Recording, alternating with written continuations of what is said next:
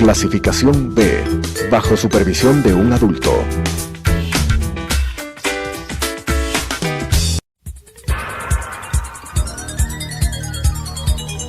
Las opiniones vertidas en este espacio por la producción y dirección del programa son de exclusiva responsabilidad de sus autores y de quienes intervienen en ellos.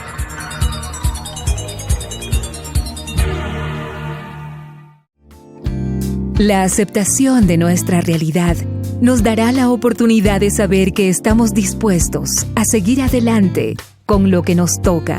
Te invito a acompañarnos. Hoy es un buen día para empezar de nuevo. Telesucesos Canal 29 presenta Frente a la Vida con Juan Diego Umpierres. Bienvenidas, bienvenidos, yo soy Juan Diego Umpierres, un gusto que me acompañes frente a la vida, un espacio para conversar, para detenernos un poquito en reflexiones que convoquen al compromiso de la conciencia, de ser cada día mejores seres humanos y tener alternativas. De eso se trata, recorrer los matices de la vida para que podamos llegar a casa con la sonrisa, con la oportunidad y sobre todo con eso que llamamos la felicidad, que a veces se nos escapa de la mano, pero que cuando tocamos cada uno de estos temas seguro llegamos a esa iniciativa de decir que pase lo que pase, la vida sigue siendo un compromiso que vale la pena. Nos encanta que nos acompañes también en nuestras redes sociales, a través del Facebook, del Twitter, como Juan Diego Motiva. Ahí nos encuentras 24 horas al día porque estamos al servicio de tu corazón. Tenemos estos 30 minutos, pero siempre un gusto que nos recibas en cualquier parte. Y por supuesto, los contactos de nuestros mails, de nuestros correos electrónicos, porque es importante tu opinión, qué quieres saber, de qué quieres que hablemos, tu caso, que seguro lo podemos traer aquí en reflexión y que además nos puede dar tu propia experiencia, una lección colectiva para todos los que nos escuchan y nos miran. Así que a partir de este momento, frente a la vida, @telesucesos.com, frente a la vida, @radiosucesos.net. Así que a partir de este momento nos disponimos a tocar este tema maravilloso que seguro traerá algo importantísimo. Hoy seguro los padres, cuando escuchen la temática, van a detenerse, van a encender sus alarmas, porque vamos a tocar el tema de la adolescencia y pareciera que cuando ese concepto nos roza la vida, todos entramos como en una especie de pánico, decimos, tengo un hijo adolescente, pareciera que la bomba hubiera estallado en nuestro hogar y que se puede convertir en una especie de tragedia. Y bueno, sin duda la adolescencia tiene cosas impactantes, fuertes, transiciones, pero no es ninguna patología, es un trámite de la vida, bueno, que requiere ser visto y por supuesto con la vigilancia de los padres, este tránsito, este camino, lo podemos llevar de una mejor manera. Hoy me acompaña un gran amigo, él es psicólogo, es filósofo, además es psicoanalista, Álvaro Carrión, que además tiene una experiencia con los adolescentes importante y creo que lo que vamos a escuchar nos pueda conducir a tener este manejo, estas herramientas fundamentales de saber cómo llevar un hijo adolescente. Un placer que me acompañes, Álvaro. ¿Cómo estás? A ver, empezaría diciéndote esta palabra adolescencia, que quizás no tenga mucha relación gramatical, pero yo cuando la escucho siento que es como adolecer de algo. ¿Qué es lo que falta? ¿Qué se detona? ¿De qué se adolece en la adolescencia que este trámite pareciera tan complejo para los padres, incluso para los adolescentes? Bueno, tú lo has dicho. La adolescencia, si bien el término etimológicamente no tiene que ver con adolecer, pero bueno, hay una homofonía entre los términos. La adolescencia es una etapa de crisis, digamos, podríamos llamarle así. Y es importante en ese sentido, tú mencionaste en la presentación algo muy importante. Esto genera, ¿no es cierto?, está presente de una manera muy particular. Hablar de adolescencia es hablar de un momento en el cual hay mucha incertidumbre, inquietudes en los padres en especial, el encontrarse con su propia historia.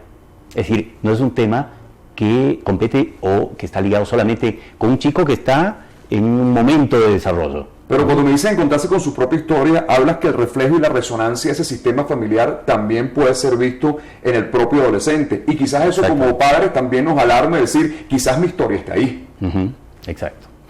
Hay un reflejo de esto en el chico y el chico al mismo tiempo muestra una faz, ¿no es cierto?, que despierta en el adulto algo relativo a su propio momento evolutivo.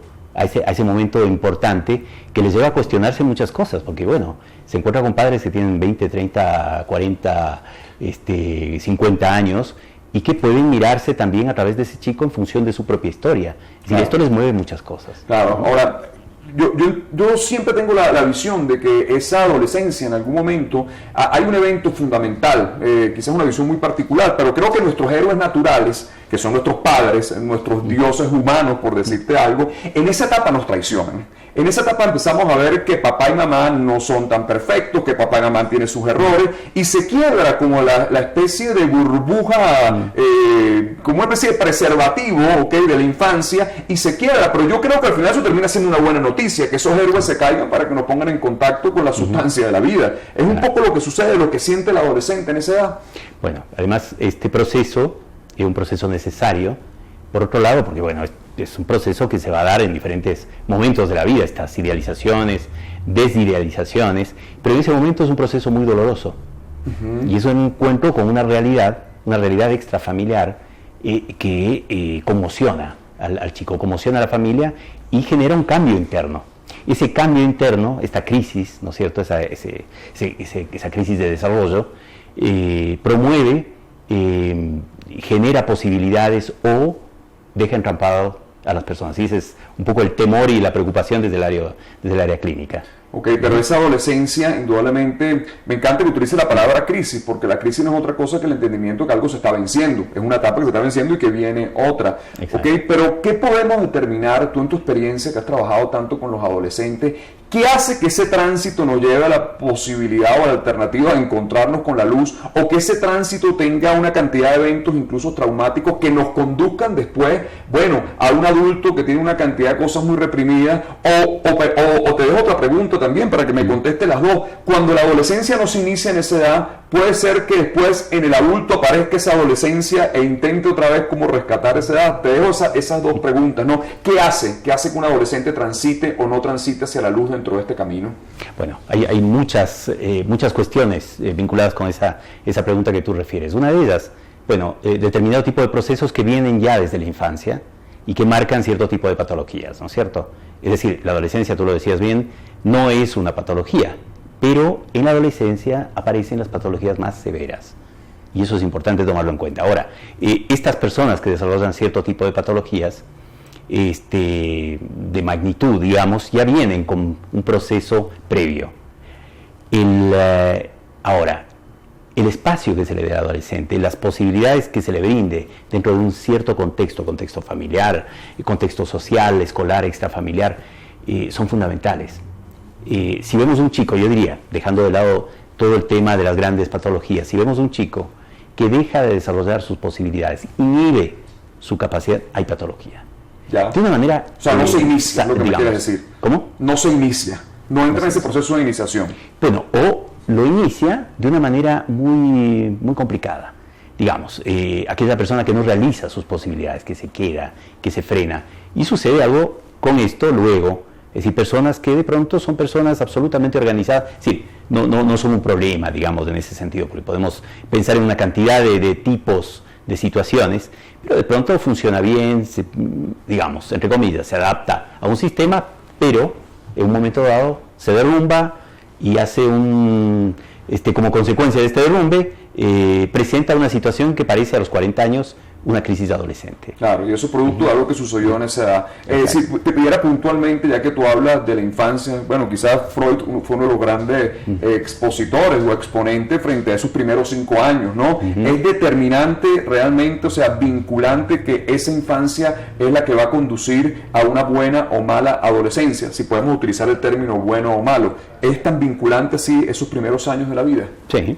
Tienen un peso enorme, no es necesariamente todo el peso se puede poner ahí, pero es fundamental, esa etapa es fundamental, es una etapa de formación, ¿no es cierto?, de estructuración de lo psíquico, y si esto no se ha dado de una manera adecuada, luego la adolescencia con todos los cambios hormonales, físicos, de roles, etcétera, viene a ser algo muy complicado, ¿no?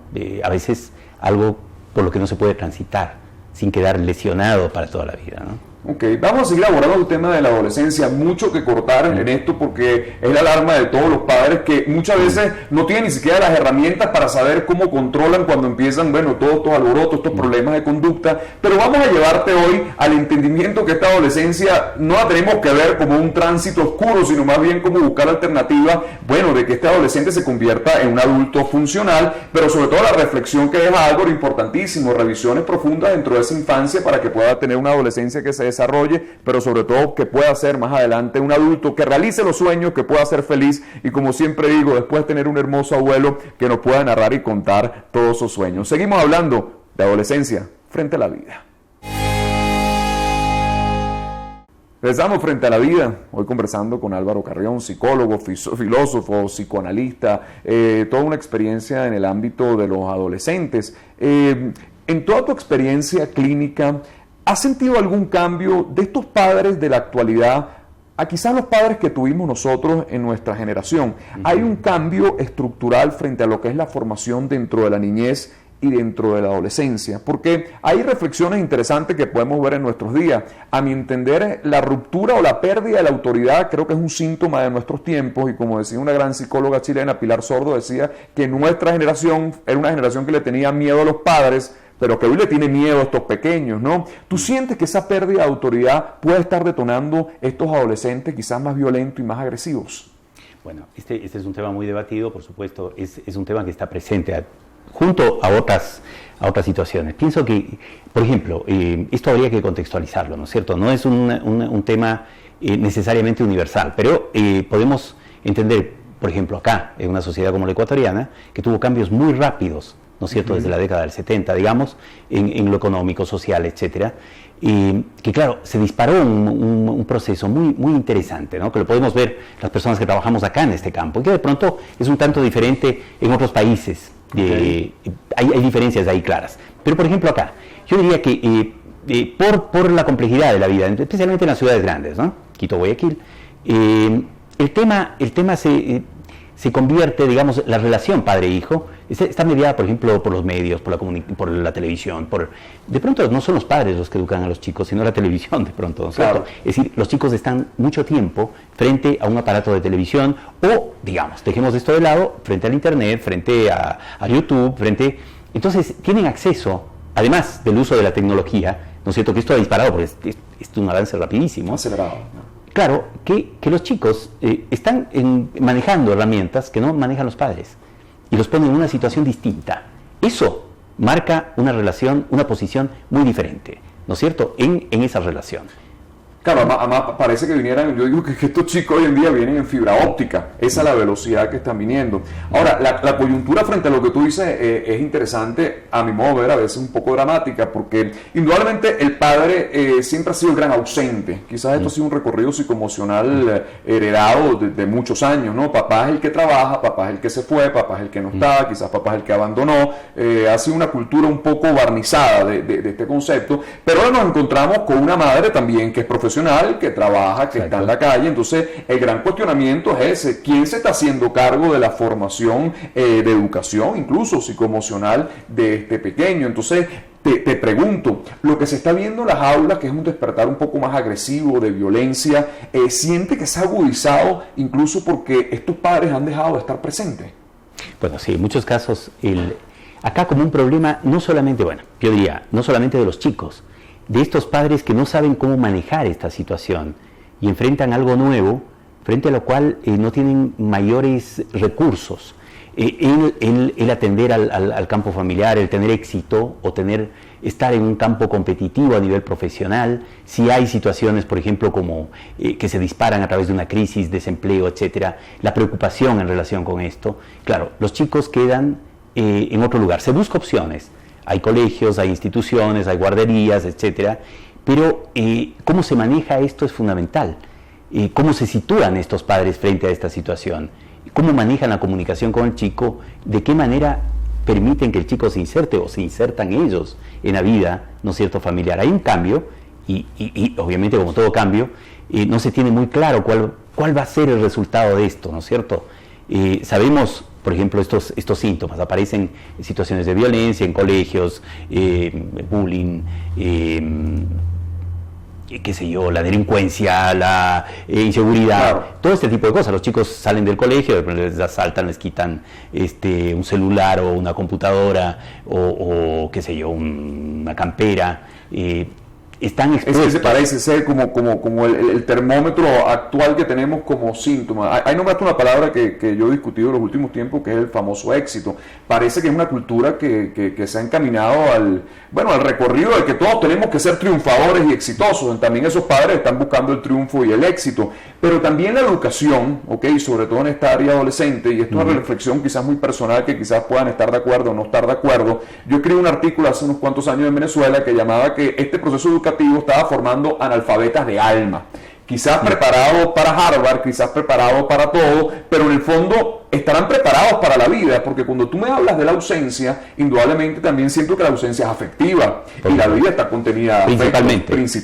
Entonces la pregunta es, esta tormenta del triunfo y el éxito, ¿qué está formando? Seres exitosos pero infelices, podría ser una conclusión. Sí, o personas sobreadaptadas. Se les exige que sigan pautas, que cumplan, etcétera, pero el vínculo afectivo queda ausente, ¿no? Entonces, obviamente esto va a repercutir de una manera brutal, por ejemplo, en el cuerpo, en la patología corporal, claro, etcétera. Hay una disociación, no hay una integración de ese sujeto en relación a su propia experiencia, a vivir de una determinada manera. Bueno, no es algo...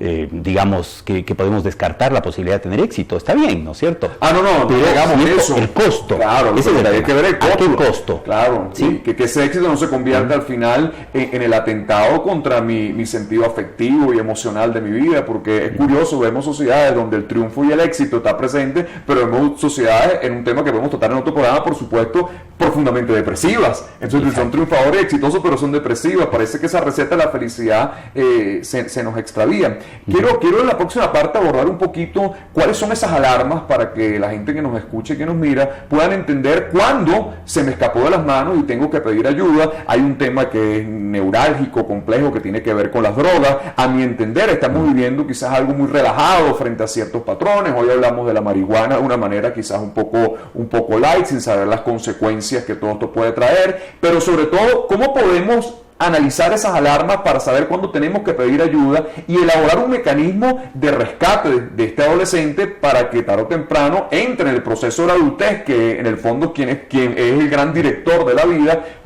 en ciertos patrones tenga una salud emocional más adecuada? Hoy seguimos conversando acerca de adolescencia con Álvaro Carrión, no te muevas, así que todo lo que quieras saber, justo eso vamos a tratar, esas alarmas y esos síntomas para saber cuándo tenemos que pedir ayuda. Estamos frente a la vida, hoy conversando de los adolescentes. Regresamos frente a la vida, hoy con Álvaro Carrión, psicólogo, filósofo, psicoanalista, y dándole un poco, de alternativas y matices frente a este patrón que es la adolescencia, que además nos corresponde a todos, porque además digo a los padres, ustedes también fueron adolescentes, entonces ahí tienen que contar también herramientas importantes.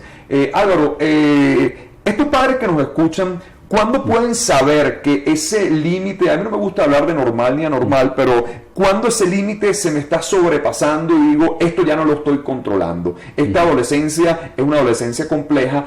¿Qué alarma, qué síntoma, qué se manifiesta para saber que eso se está desbordando hacia otro lado? Bueno, son muchas. Desde cuestiones groseras, digamos, ¿no? De pronto el chico se aísla. Bueno, todo adolescente, ¿no es cierto? Si pensamos en la adolescencia, o puber adolescente busca mayor intimidad, ¿no es cierto? El cuarto, su espacio. Pero cuando se aísla, ahí tenemos que tener mucho cuidado, la preocupación me parece que... Te quiero hacer una pregunta frente a ese tema, porque eso es algo que nos dicen siempre los padres. ¿Hasta dónde puedo entrar o violentar la intimidad del adolescente? Como padre te pregunto, ¿tengo el derecho amplio de entrar a la intimidad de él siempre, o hay un límite con eso? Bueno, pienso que los límites son fundamentales, ¿no es cierto? Porque esto hace a un cierto respeto, y al crear una condición, al crear un espacio en donde el chico puede expresar, decir, habrá cosas que no las diga nunca, que las diga a sus amigos, no al padre, a la madre, ¿no es cierto? Eso está bien. Podemos recurrir a nuestra propia experiencia también, ¿no es cierto? Como sujetos en formación.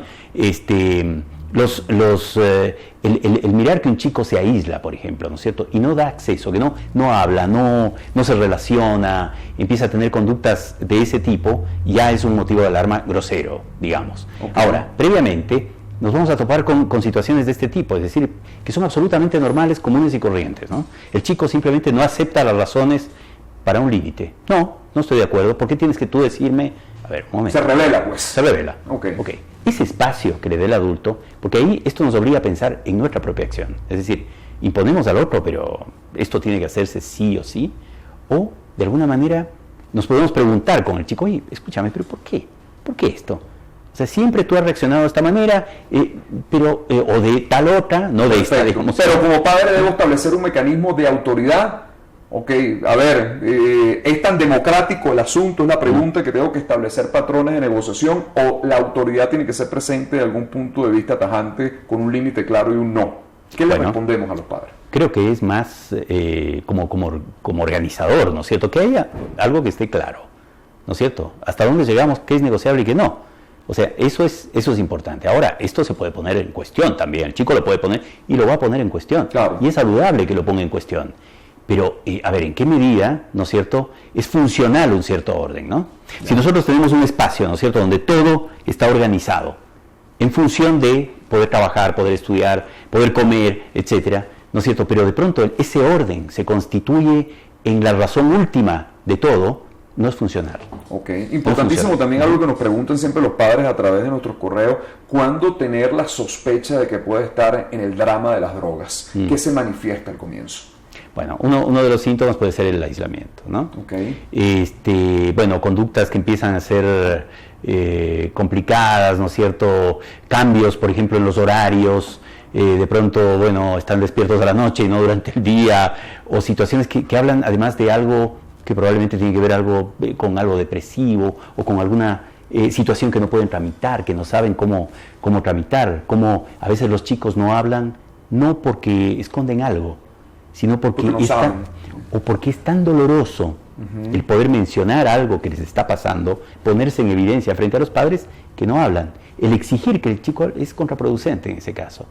Yo creo que es importante crear ese espacio, ¿no es cierto? Ahora, el tema de las drogas, seguro, y tenemos que estar claros que este es un tema que circula en todo ámbito, pero además no es un tema de las drogas, estas drogas ilícitas, marihuana, cocaína u otras drogas, ¿no es cierto?, éxtasis o estas sustancias, sino que la sociedad está drogada, ¿no es cierto? Porque ¿qué pasa? El adulto está ansioso, bueno, y habría que buscar un benzodiazepínico, un ansiolítico, claro, y tomar. No, pero para tal cosa no, pero hay que, entonces, claro. ¿Qué mensaje se le da al chico? Bueno, el mensaje, siempre tengo esa reflexión, es un mundo que no quiere sentir dolor y por eso todo el mundo está medicado. Son las drogas lícitas, pero sigue siendo droga. Entonces, si la anestesia de los padres está dentro de ese ámbito también, el hijo puede estar anestesiado. Dan 3 recomendaciones para un padre adolescente para que hoy llegue a su casa y duerma tranquilo, de cómo elaborar un manual, si se puede decir, con 3 cosas fundamentales que debo atender en la adolescencia para formarlo y trasladarlo a un buen adulto. Una, ¿no es cierto?, que es fundamental de chico, de, qué sé yo, a toda edad, ¿no es cierto?, con los chicos, la relación, el contacto. Contacto afectivo. Un contacto afectivo, ¿no? El poder escuchar al otro, ¿no? Ok. Bueno, uno puede llegar absolutamente cansado, el chico de pronto tiene algo importante que contarnos y que a nosotros nos puede parecer un logro importante, o no. Okay. Pronto es una cosa que, bueno, hizo una tarea que fue, o hizo un dibujo bueno, eso para el chico es fundamental, pero además, el buscar al padre y decir, mira lo que hice, bueno, ese contacto es fundamental. El poner un límite, inmediatamente nos quejamos de los límites que nos ponen los chicos, ¿no es cierto? Pero de pronto, eso es el reflejo de lo que estamos haciendo, ¿no? Esto que decíamos de las drogas, de pronto, no puede ser, ¿no? No puede ser que consumas alcohol de esta manera, te emborrachas. Oye, papá, podría ser el chico, pero vos el fin de semana haces exactamente lo mismo. Pero porque eres papá, ¿no? Porque claro, yo soy hijo, entonces para mí no está permitido, para ti sí.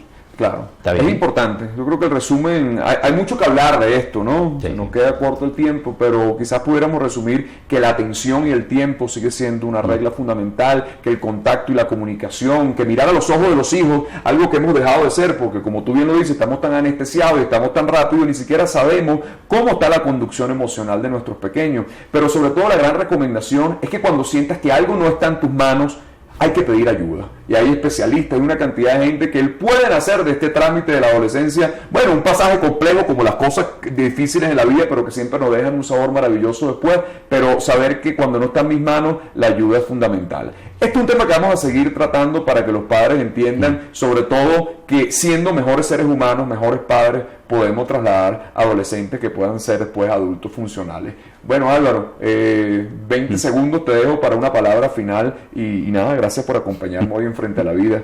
¿Qué le dices a los padres en 2 palabras? Digamos que ese es el reto de la vida, ¿no?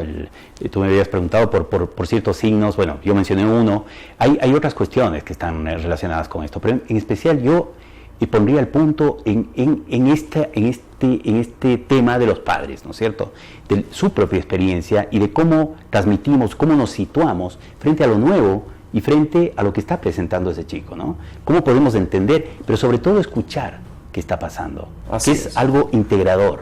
Eso es fundamental. Comprender y escuchar. Quiero que te lleves eso en tu corazón y hacer a estos adolescentes adultos maravillosos. Hasta un próximo Frente a la Vida. Se despide Juan Diego Gutiérrez. Si algo llegó a tu corazón, la sonrisa seguro nos convocará para un próximo programa. Hasta luego. Las opiniones vertidas en este espacio por la producción y dirección del programa son de exclusiva responsabilidad de sus autores y de quienes intervienen en ellos.